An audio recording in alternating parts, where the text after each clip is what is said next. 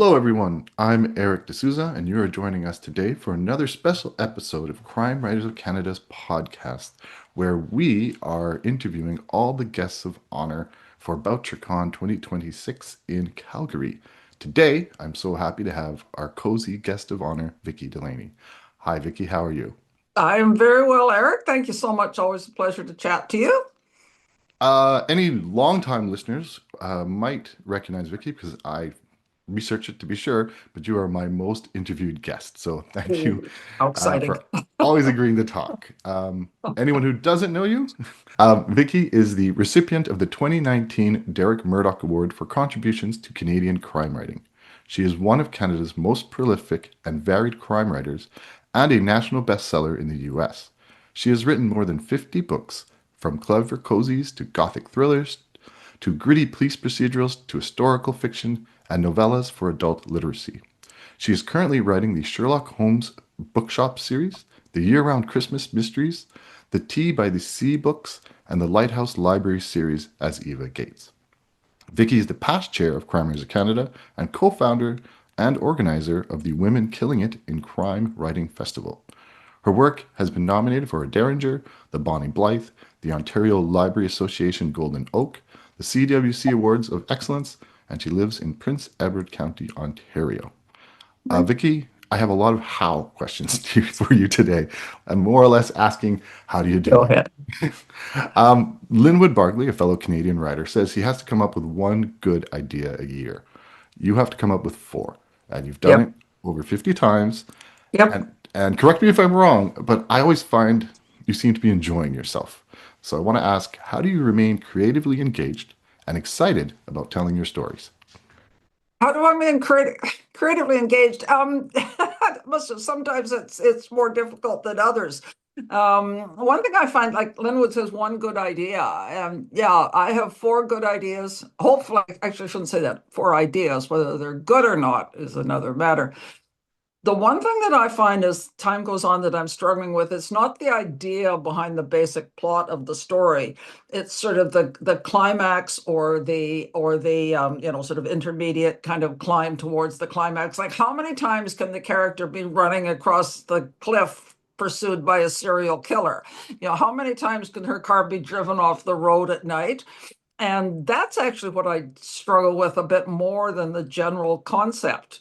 But you know what? Always a challenge. Might as well always get to it. For some reason, I seem to be able to think up things. One of the things that helps with that sort of climax and subclimax thing is almost the changing world. In one of my earlier books, the character is, big driving down the road at dark night, and she's being chased by a car, and she can't get to her phone. Her phone is in her purse, which is on the wheel well of passenger wheel well of her car. She can't get to it, so she can't call for help. Like that's not even that long ago. That might be 6 or 7 years ago. Now, of course, all you would say is, car, phone, 911, and it would do that. So there's always something throwing another obstacle in your way. That's, another challenge to try and come up to to change the scenario a little bit. But yeah, I do enjoy it. And I still write. I don't have to write if I don't want to. And as long as I'm still enjoying it, I will keep doing it. Another question is almost how do you do it? As you said, you don't have to do it anymore. I don't ask this question very often to writers, but what is your routine? So, how do you physically write 4 books a year? I have a pretty set routine. I always say that I'm not a very organized person, therefore I have to be an organized person.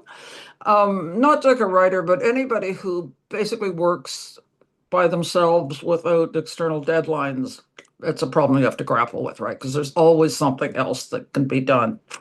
Always something else needs your attention. So for that reason, I've always been quite disciplined. I start every day. I write in the morning from, let's say, 9 o'clock till 1 or 2 or something like that. Every day when I'm at home, literally every day when I'm at home, unless I have company. I have a specific place where I write, and that's the stand-up a counter between the kitchen and the dining room, and I stand at that. I read a couple of years ago, I heard somebody talking about how, well, there's a lot of talk about how standing, sitting all day at the computer is bad for your back. And I thought, well, I try standing up. And I find that I like it not only because I do think that it's better for your posture and your back, But in a way, it's almost easier to sort of grasp at an idea. If I'm standing there and I sort of, typing away and there's kind of a pause, I want to sort of turn around and look out the window and come back and carry on to it. And I find that works for me. I also have a laptop computer that is dedicated to writing books and only writing books. I've never set up email. I've never set up Facebook. I'm not talking to you on that. Only thing it's for is writing my books.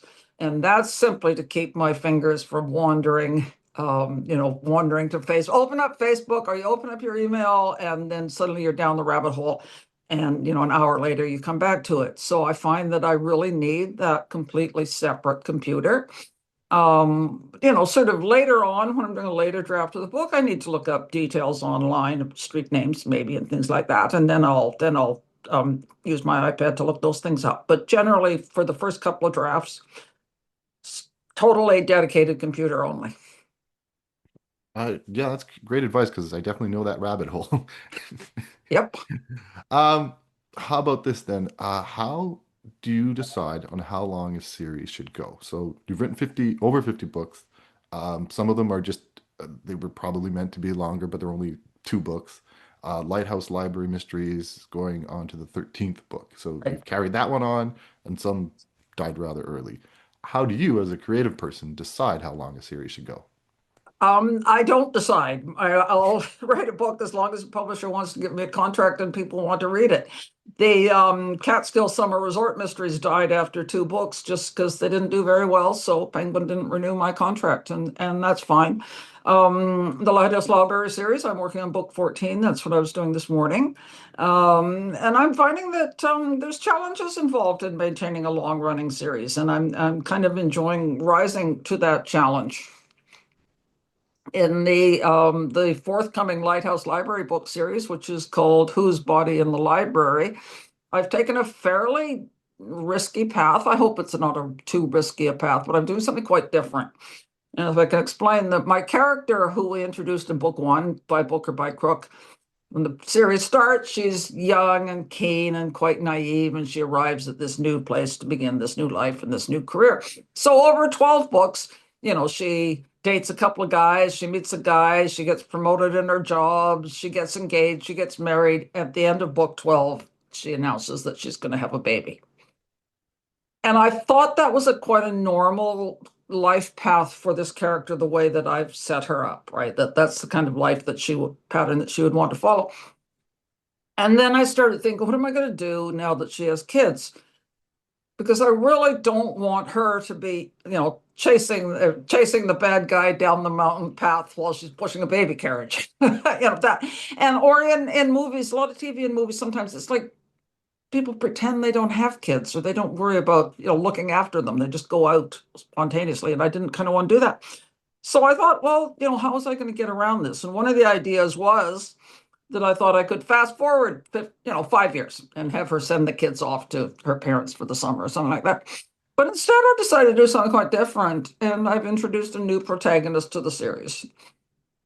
So the new protagonist who's just arrived, she's a bit older, she's actually quite a bit older, but she's a new librarian, so she's still keen and all that. And she's an older woman, she has adult children, she's now divorced. So that gives me a whole new perspective on taking on somebody's development of somebody's life. And she is now the first person, a point of view protagonist, whereas Lucy, who's our original character, is still going to be there. All the sub characters are all there. The setting is all still there. And Lucy is now the secondary, second person or third person point of view character, sort of giving advice and all that stuff on working the police and solving the crimes. So that book comes out in May. I'm a little nervous about what longtime readers are going to think, whether they're going to like that or not, but we will see. But certainly I did feel that after that life, not even so much the number of books, but that life progression of the character that I described, it was time to do something fairly new and maybe a little chancy. That is definitely chancy. Um, yeah, you've told I had a sneak peek to that bit of information, and I'm like, wow, like that is gutsy. So Lucy obviously still in it, and we're just seeing her through a different pair of eyes. That's Yep. very clever. I hope fans like it. It's interesting. And another thing that's sort of interesting that I decided, and I discussed this with my agent and with my publisher, is that my new character, whose name is Nichelle, named after Nichelle Nichols, the Star Trek character. This not Star Trek character, Star Trek actress, Actor. is 55 years old, which is very unusual in cozies. There's a sort of a spate of cozies now that have older characters, such as think the Thursday Murder Club and a couple of Mhm. others like that. Generally, the characters in cozy mysteries tend to be in their early to mid 30s, as all my other ones are. But I decided I really wanted somebody who had a different perspective on life. Nichelle has 55 years old. She's divorced. She's got grown children. She went back to university to get a brand new degree and a brand new career. So she's starting this new career as if she was 20 years old, but she's 55. And as a person of a certain old, slightly older than 35, I thought that might be something that I really enjoy exploring. And I am that. Her relationship with her adult children is very different, of course, than Mhm. anybody has a relationship, with younger children or even with nieces, nephews, and that. So I'm very glad that the publishing industry is changing, that you're allowed to do that. Because good. I tried to do that. I'm still doing it. But when I originally pitched this to publishers in Canada, they were like, no, that's too old to make a character in a cozy. So I'm glad we're evolving. Very happy to hear Very it. slowly, I might add. You would have thought with the success of the Thursday Murder Club, they'd be really keen.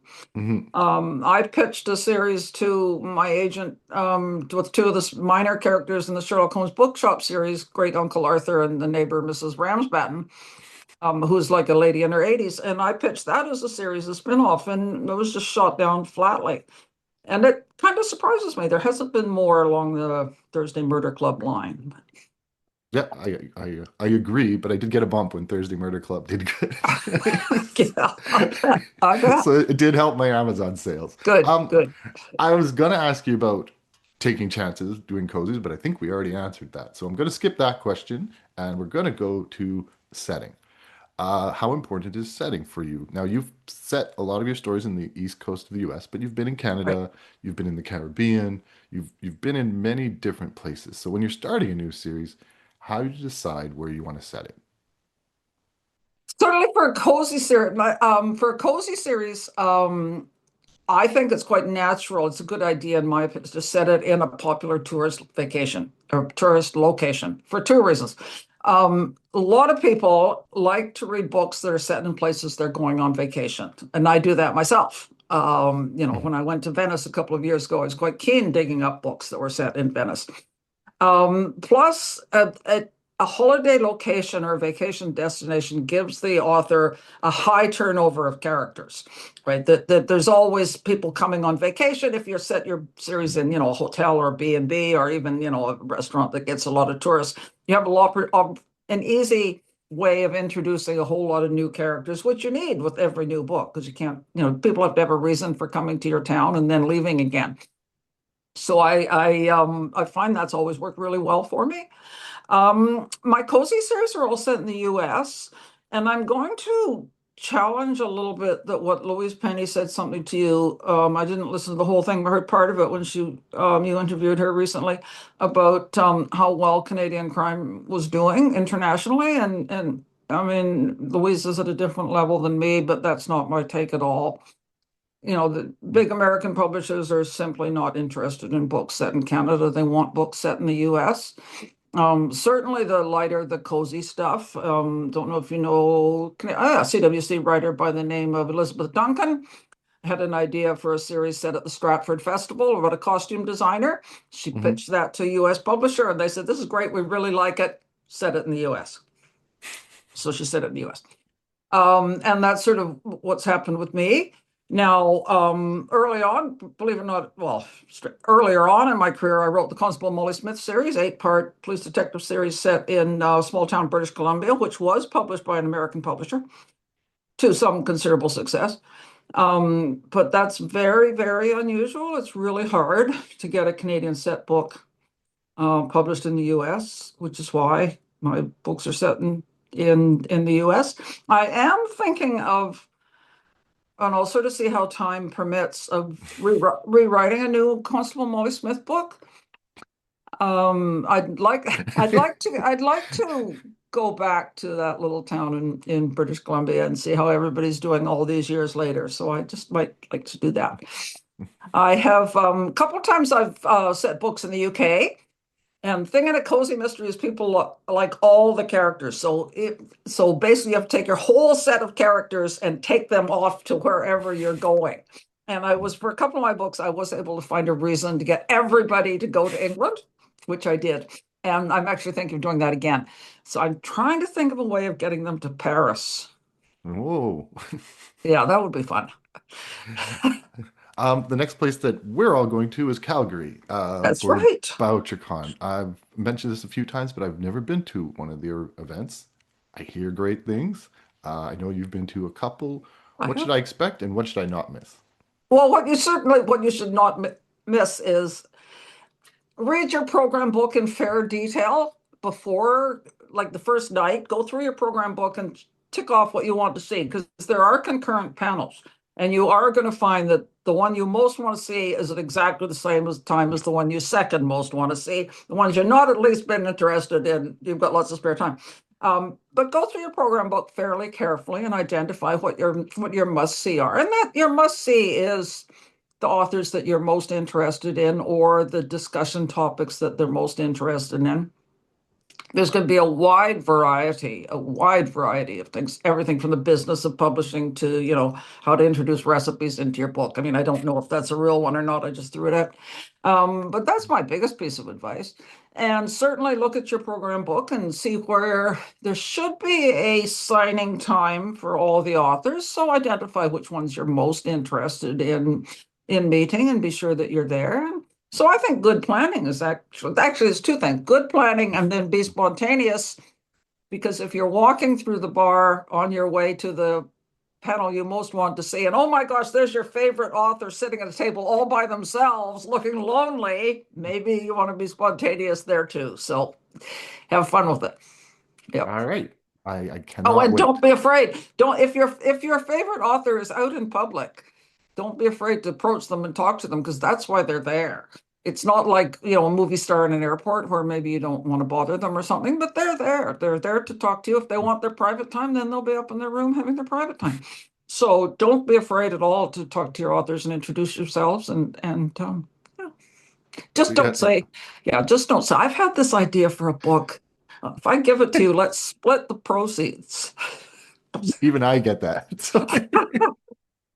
Yeah, I not at Bouchercon, but at another event, I got to have a drink with you and Kathy Ace and highlight of the event. So it can You know happen to what? all of us. And the social time, plan social time too, because even though like the daytime is full of all the panels and author interviews and activities, but definitely allows for some social time as well. Meeting in the bar, bar's always a good place. Even if you don't drink, bar's a good place to hang out. You're not the first person to tell me that. And it won't be the last. Thanks so much for taking the time to speak with us today, Vicki, and It I was look forward to great seeing joy. you in person. I'm very excited about it. Now, I certainly hope to see as many people as possible in Calgary in October.